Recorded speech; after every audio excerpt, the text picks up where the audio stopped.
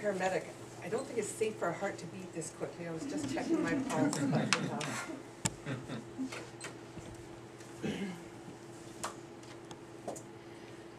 I love life, and I live my life with passion, enthusiasm, and determination.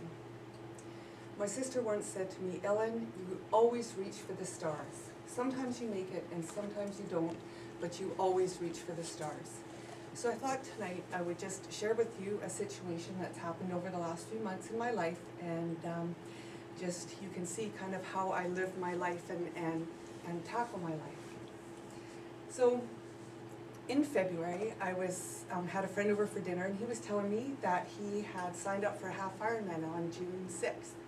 He'd been training for 2 years. He had done a triathlon in September, and he was, now into heavy training for it, and it was 17 weeks away, and he was talking about that, and I thought, that sounds like fun. The training sounds like fun, the race sounds like fun, and I got excited, and I thought, you know what, I'm gonna do it.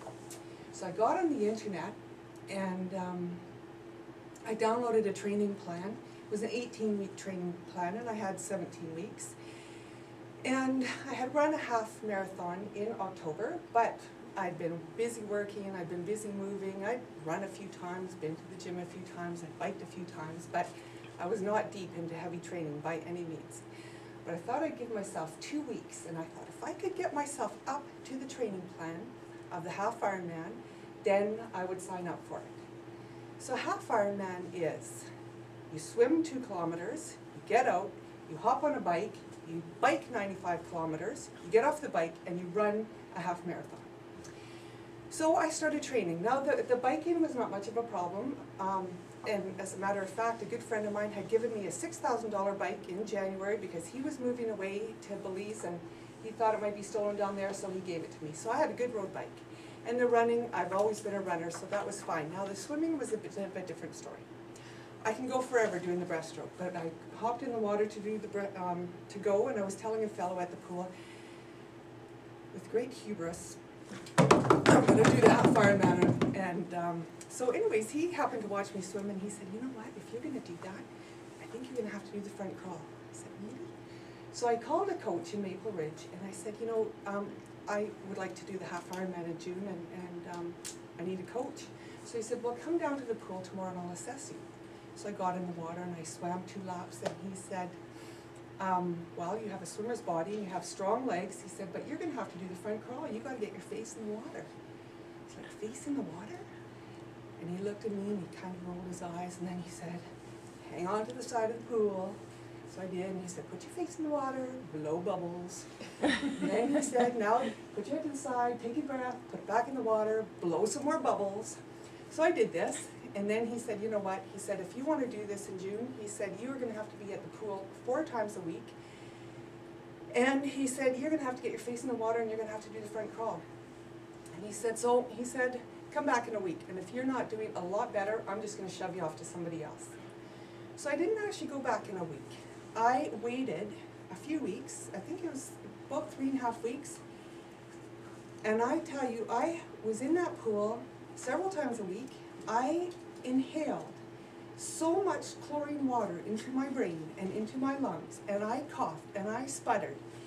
I was a mucus producing machine, but I taught myself how to do the front crawl, and when I phoned him, I said, you know what? I said, I can swim 2 kilometers doing the front crawl now. So he said, I'll come back and I'll assess you again. So I went back in the water, and he assessed me, and he said, good. He said, just, he told me what adjustments to make, and so I was working on that, and I was biking, and I was running, and I was in great pain, because I had just done so much and taken on so much, and I was just determined, and some days I could absolutely hardly walk. But I'd also been rear-ended in January, so I was getting massage and chiropractic treatment. So I'd go in there to do my back, and I'd go do my arms and shoulders, do my bum, and she was so good. And she was helping me to work out all the kinks. But on April 21st, I had a car accident, and I totaled my band, and it's actually just now that I can start swimming and biking again, even though I was still able to run. So On June 21st, I was not in the half Ironman race. I was actually on the ocean fishing, pulling in a 40-pounder and two 18-pounders and an 8-pound fish, and sleeping on an island with grizzly bears, and actually had to run from a grizzly bear one day. So it wasn't so bad to miss the race, and I'm going to do some shorter triathlons this summer. Maybe I won't get to them, and maybe I'll just do the half marathon again in October. But it's not just the doing of the stuff and having the goal met. It is the process of it, and I love it. And I wear this ring with stars on it because it reminds me of what my sister says, and I'll keep reaching for the stars and loving the process, and sometimes I'll make whatever goal it is, and if I don't sometimes because something happens, it doesn't lessen how much I love my life and how I love